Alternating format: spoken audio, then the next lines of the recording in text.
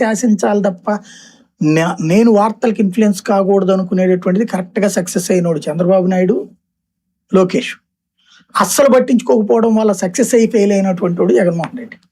అస్సలు పట్టించుకోకపోవడం వల్ల ఫామ్ హౌస్ పరిమితం అయినోడు కేసీఆర్.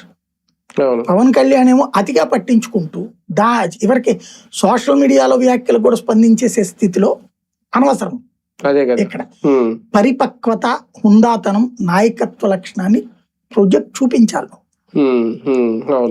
అది జాగ్రత్తగా ఇది కొత్త బాటల ఆల్రెడీ ఉన్న బాటలనే కొంచెం బలంగా వేస్తున్నారు. రోడ్డు ఇక్కడ రోడ్డు లేదు, పాడు లేదు చెప్తున్నది. మరి నిన్న ఆ మీటింగ్ ఇంకా ఆ రోజుకే పరిమితమా? అంతే కదా. రేపటి నుంచి ఇంకా ఆ దిశగా నిర్ణయాలు, లక్ష్యాలు, జాతీయ సమగ్రత కోసం పోరాటాలు, మాట్లాడాలి ఏముండవు. మాట్లాడమని చెప్పారు, తెలుసుకుని మాట్లాడాలి. మాట్లాడే ఎవరైనా సక్సెస్ అయితే గొప్పోళ్ళు అనుకుంటారు. రైట్. చూద్దాం. మొత్తానికి జాతీయ స్థాయిలో బలపడాలనుకుంటుంది జనసేన అనేది ఆ క్లారిటీ అయితే ఇచ్చారు. మిగిలిన